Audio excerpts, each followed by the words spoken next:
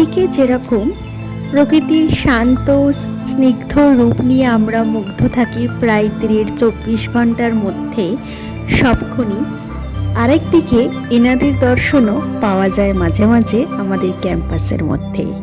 নমস্কার, আমি নিবেদিতা, চলে এসেছি আমার ঘরকন্যা ব্লকে। আপনাদের সুস্বাগতম। এই যে দেখছেন মহাশয়গুলোকে প্রায় এখানে দেখা যায়, কিন্তু এখানে এরকমভাবে ফনা তোলা তার একটাই কারণ হচ্ছে সে নিজের আত্মরক্ষার জন্যও এরকম ফনা তুলেছে। একটু আগে আপনারা যদি একটু লক্ষ্য করতেন, দুটো বেজি তার সামনে চলে এসেছিল। জীবন চক্র অনুসারে বেজির হাত থেকে বাঁচার জন্য তিনি এরকম ফনা তুলেছেন, কিন্তু এনাদেরকে সবসময় দেখা যায়। আরেকদিকে প্রকৃতি আমাদের উপহার দেয় এনাদেরকে দেখিয়ে, মানে হচ্ছে পিকক আর পিহে, মানে ময়ূরী দুজনই দেখা মেলে আমাদের ক্যাম্পাসে। যেখানেই চোখ মেলি সেখানেই কোনো না কোনো প্রাণীর দর্শন পাওয়া যায়, নয় বানর, নয় ময়ূরী, নয় আছে সর্প, লতা। যাই হোক, দিনের প্রত্যহ কাজের মাঝখানে এদের দেখা মেলাটা আমরা মনে করি এটা আমাদের নিয়তি বা ভাগ্য। সেটা শুভই হোক অশুভই হোক, অনেক পুরাণ মধ্যে শুভ, অনেক পুরাণ মধ্যে অশুভ। সেসব মাথা না ঘামিয়ে প্রাত্যহিক কাজে মন দিয়ে দিয়েছিলাম। আমি সকালে ঘুম থেকে উঠেই গড়ি কচু, আর যেটা এখানকার লোকেরা বলে আরভি, বানাতে শুরু করে দিয়েছিলাম। অনেকদিন ধরেই ভাবছিলাম যে আরভি খাবো, মানে গুড়ি কচু বানাবো। এক দিদির ভিডিওতে আমি এই কচু বানাতে দেখেছিলাম, তখনই আমার ভেবেছিলাম যে কবে আমি বানাবো, কারণ তার কথা বলার মাধুর্যতা আর তার হাতের রান্নার সুগন্ধ যেন দুটোই আমাকে ফোনের ভেতর থেকে, মানে যান্ত্রিক জিনিসের ভেতর থেকে বাইরে বেরিয়ে এসে ছুঁয়ে যাচ্ছিল। তাই বাজারে গিয়েই সঙ্গে সঙ্গে গুড়ি কচু যেই দেখতে পেয়েছি নিয়ে চলে এসেছিলাম। আজ আমি গুড়ি কচু বানাবো কাসুন্দি পোড়া দিয়ে। ওই দিদি অবশ্য কাসুন্দি পোড়া ইউজ করেনি। ওনার আপ ভাব, মানে ওই দিদিটির আপ ভাব, কথা বলার ধরন, চলন বরণ এবং অবশ্যই মানুষ হিসাবে আমার ভার্চুয়াল ওয়ার্ল্ডে কোনোদিন সামান্যের সামনে ওনার সঙ্গে দেখা হয়নি, ভার্চুয়াল ওয়ার্ল্ডে যতটুকুনি ওনাকে আমি চিনেছি অত্যন্ত প্রিয় মানুষ হয়ে দাঁড়িয়েছে। তাই রান্না করার সময় তারই কথা বারবার আজ মনে পড়ছিল। আর পেছন থেকে আমার ছেলের, মানে আমার দুষ্টু ছেলের অকপটভাবে বলতে গেলে অকপটভাবে আমার সঙ্গে নিজের মনে কথা বলতে থাকছিল। দেখছেন, এটাই হচ্ছে কাসুন্দি পোড়া দিয়ে দিয়েছি। মাছে ভাতে বাঙালি আমরা, তাই একটু মাছ ভাজা না হলে নাকি মুখের স্বাদ করক তেজস্বী হয় না। তাই মুখের স্বাদ করকগুলোকে তেজস্বী বানাতে মাছ ভাজা, এই কচুর দম ছিল, আর তার সাথে ছিল সাম্বার ডাল।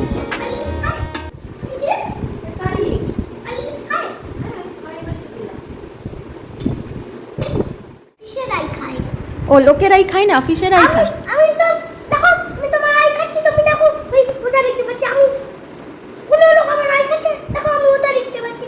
আই তাতে কার আই খেতে হয়? মানুষ কার আই খায়? ফিশে খায় না, এই ফিশের আই খেতে হয়। আর তার মানুষ মাংস খায় না, মানুষের আই খায় না মানুষের, তাই তো? যখনই ওকে আমি কিছু বলি যে কি রে ফিশের আই খাবি, তখনই আমার ছেলে এই কথাটি বলে, তাই তো? সবাইকে দেখিয়ে দিই আই, এই যে আই, এই আই খেতে ওর খুব ভালো লাগে। আমার বক্তব্য, হ্যাঁ আই মানে একটু বলো দেখি, শুনি আমি। কি বক্তব্য মানে? বক্তব্য মানে তোমার কথাটা আই সম্বন্ধে। আই লোকেরাই খায় না, ফিশের আই খায়। তোর মাথাতে এলো কি করে যে আমি ফিশের আই খাচ্ছি মানে লোকের আই কি খেতে পারবো? এই কথা লোক দেখতে পাবে না। হ্যাঁ, লোকেরাই খেলে তো লোক দেখতে পাবে না। হ্যাঁ সেটাই তো। আমরা ইয়ে করবো, কাজ করবো, কোথায় হাত দিচ্ছি তাহলে আমরা কোথায় দেখতে পাবো না। হ্যাঁ, কাজ করবো কি করে, কোথায় হাত দিচ্ছি, কোথায় পা দিচ্ছি, কার সঙ্গে কথা বলছি, সব দেখতে হবে তো, তাই না? লোকেরাই খায় না। লোকেরাই খেলে কোনটা খাচ্ছি আমরা বুঝতে পারবো না, দেখতে পাবো না কোনটা খাচ্ছি। হ্যাঁ, কোনটা খাচ্ছি, কার সঙ্গে। আমরা যদি মানুষের আই খেয়ে নিই তাহলে দেখবো, তাই না? আর না খেলে দেখতে পাবো না। মানুষ যখন ঘুমায় মিষ্টি স্বপ্ন দেখে। আমি খাচ্ছি ভালো, এইটা সব খাচ্ছি আমি। তুমি স্বপ্ন দেখো শুয়ে? সাম্বার ডাল হয়েছে আজকে দিন। তোমার সাম্বার ডাল খেতে ভালো লাগে? সাম্বার ডাল হয়ে গেছে। ও বৃষ্টির দিন বলে সাম্বার ডাল বানিয়েছে। এই তো বৃষ্টি, দেখো আকাশ। হ্যাঁ, আমি সাম্বার ডাল বানিয়েছি ছেলের মতে। না বাবা, আজ সাম্বার ডাল বানাতে ইচ্ছে, অরহর ডালটা কালকে তো অরহর ডাল যখন বানাচ্ছি তাই ভাবলাম সাম্বার ডালটা বানিয়ে নি, তাই না? কি করছিস খেয়ে উঠে? ক্রলিং করছো কেন? ক্রলিং করছো কেন? আরে একটু বাটু পেট। কি বাটু পেট? বাড্ডু পেট? পেটটাকে ফুলে গেলে বলে বাড্ডু পেট। হ্যান্ডটাও লেক হয়ে গেছে আমার। হ্যান্ডটাই লেক হয়ে গেছে? ক্রলিং করলে তোমার কটা লেক হয়ে যাচ্ছে? ক্রলিং করলে 1 2 3 4 4 লেক হয়ে যাচ্ছে ক্রলিং করলে। লায়নের কোন লেক আছে? 4 লায়ন, টাইগার সব করলে। আমি লায়ন। হ্যাঁ, কাউ, বাফেলো। না। টুকি কোথা দিয়ে টুকি করছে? এই উপর দিয়ে। টুকি শোনা, টুকি কি ব্লকটা কোথায় করি? কি ব্লক? সবুজ। ওই তো দেখো তো, ওই বাক্সেটটা আছে কিনা, ওই কার্টুনটার মধ্যে আছে কিনা দেখো। চলো, আমার বাবা এনেছে যে জিনিসগুলো, সেই জিনিসগুলো সাইজ করি। এই যে এইগুলো এনেছে, আর এনেছে সোয়া সসটা, মানে সময় চাউমিনে দিলে ভালো লাগে। মাঝখানে আমাদের ওই মাংসের ভাইটি, মানে সৌরভ মাঝে মাঝে মাছ মাংসের দোকানে গিয়ে উঠতে পারে না কাজের জন্য, তাই আমাদের একজনকে বলা থাকে কতটা পরিমাণে মাংস নেবো, মানে গোটা মুরগি তো নিতেই হবে, 2 কেজি না 2.5 কেজির বা 1 কেজি না 1.5 কেজি মুরগি নেবো, সেটা বলে দিতে হয়। আর মাছ কত কেজি নেবো সেটাও বলে দিতে হয়। যখন আমাদের কাছে আমরা করে উঠতে পারি না কাজগুলো, সেই ভাই দাদাটা এসে আমাদের বাড়িতে মাংস দিয়ে যায়। এই ছোট ছোট কাজের যে হেল্পগুলো পাওয়া যায় মানুষগুলোর কাছ থেকে, সেটা হয়তো মেট্রো সিটিতে থাকলে পেতাম না। কারণ মেট্রো সিটিতে জনসংখ্যা এত পরিমাণে বেশি থাকে, সেই কারণে দোকানদাররা কাস্টমারের বাড়িতে গিয়ে মাছ মাংস বিশেষ করে দিয়ে আসাটা তো স্বপ্নাতীত। যাই হোক, এই শহরের এই জিনিসটি আমার খুবই ভালো লাগে। অনেক দিন চেনা পরিচিত হয়ে গেলে মানুষটিকে যদি বলা হয় যে তুমি দিনের মাঝখানে সময় পেলে আমাদের বাড়িতে গিয়ে এতটা পরিমাণ মাছ মাংস দিয়ে আসবে, সে নিশ্চয়ই আসে ঠিক টাইমে। কিছুক্ষণ আগে এসেছিল মা, একটুখানি মাংস আর কিছু সবজি, পালং শাক আর একটুখানি বাজার, রাঙালু, একটু গাজর, একটা কাঁচা পেঁপে, যেটা দুর্লভ বস্তু প্রায় এখানে, সেটা দিয়ে গেছে সেই দাদাটা। মাংসটাকে আমি একটু ম্যারিনেট করে রেখে দিলাম, ইচ্ছা আছে রাতে যদি পারি বানাবো, আর যদি মন না লাগে তাহলে আবার কাল সকালে বানাবো। আমি একটু সোয়া সস দিয়ে ম্যারিনেট করে রাখি। ভিনিগার এই মুহূর্তে আমার কাছে ছিল না, মানে সাদা ভিনিগারটা, তাই দিতে পারিনি। আজকে আবার সন্ধেবেলায় জানেন তো রিহার্সাল আছে ডান্ডিয়ার। আমাদের নবরাত্রির এখানে, যেমন আমাদের বাঙালিদের নবরাত্রি মানে দুর্গাপুজোতে ধনুচি নাচটা একটা মাধুর্যতা বয়ে নিয়ে আসে, এখানে কিন্তু ডান্ডিয়াটা দুর্গাপুজো মানে নবরাত্রির মাধুর্যকে বয়ে নিয়ে আসে। কোথায় আছে পেন দেখি তোমার? আমার পেন স্ট্যান্ডে আছে, ওখানে বাবার কোথায় আছে? এই স্ট্যান্ডে ওখানে। তুমি যাও গিয়ে দেখো কোথায় আছে। পেয়েছো? কোথায় ছিল? ওই ওখানে। আচ্ছা, এই দেখো না। কেন? আমি যাবো বাবা। তাই এসো। কি করবে? পেন দিয়ে ব্লকের উপরে লিখবে? হ্যাঁ, কি করছো? কি কি হয়ে গেছে? পেন দিয়ে তো পেপারে লেখে। আবার কোথায় চললো? কি হলো? কি ও লেখা হয়ে গেল? আবার ওখানে গিয়ে কি লাগছে? চলো হ্যাঁ, এখন গাছের কাছে। না, আমি চলো পালং শাকটা দিয়ে শোবো। ও তুমি পরে শোবে? তুমি কি করবে এখন? তো আমি তোমার কাছে হয়তো আমাকে ওই গরু মহিষ বা সেলাই ফেলাই তেমন করতে হয় না, যেটা আগেকার দিনের মহিলারা প্রায় করে থাকতো ঘরের মধ্যে, কিন্তু যে ছোটো ছোটো কাজগুলো করি তার জন্য কিন্তু আমি বেশ ক্লান্তি ভোগ করি জানেন তো। মানে দুপুরবেলাটা যদি একটুখানি না শুই, যেন মনে হয় সন্ধ্যেবেলাটা আর পারছি না, ভালো লাগছে না কাজ করতে।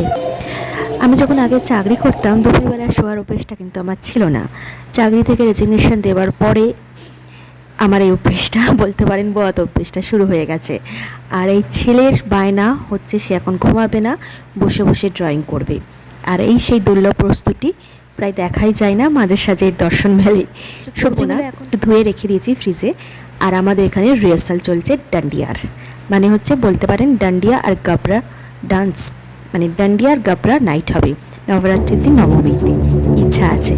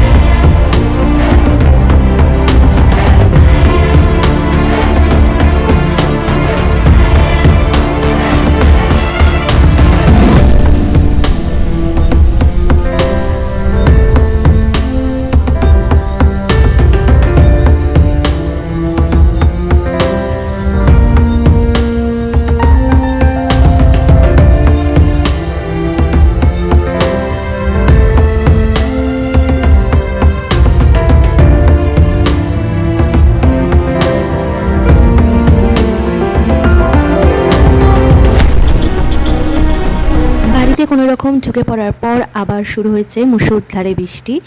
আর সেই বৃষ্টিতেই আমাদের এক বন্ধুর মানে সৌরভের অফিস কলিগের একজনের গাড়ি কাদায় পুরো আটকে গেছে।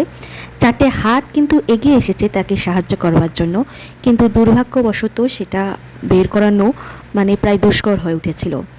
তাই প্রকৃতি মানুষকে কত রকমভাবে বিপদের সম্মুখীন করতে পারে তার এক একটা দৃষ্টান্ত আমরা পেয়ে চলেছি। এক হচ্ছে বিভিন্ন জন্তু জানোয়ার তো রয়েছে, তার সঙ্গে রয়েছে প্রকৃতির বিভিন্ন রূপ। বহু কষ্ট করে শেষে গাড়িটাকে বার করানো হয়েছিল, কিন্তু এই যে দেখছেন এগুলো আমি বৃষ্টির জল ধরে রেখেছি, কারণ এখানে একটু জলেরও সমস্যা হয়েছিল। আন্ডার ওয়াটার পাম্প চালানো হয়নি, বিদ্যুৎ থাকবে না 36 ঘন্টা ধরে, তাই আর কি। অ্যাটলিস্ট বাথরুমে তো ব্যবহার করা যেতেই পারে। 36 ঘন্টা বিদ্যুৎ থাকবে না, কিন্তু আইআইটি থেকে ইনভার্টার চালানো হবে মাঝে মাঝে জলের জন্য এমার্জেন্সি কন্ডিশনে। আমি তাও ইনভার্টার প্রায় ডিসচার্জ।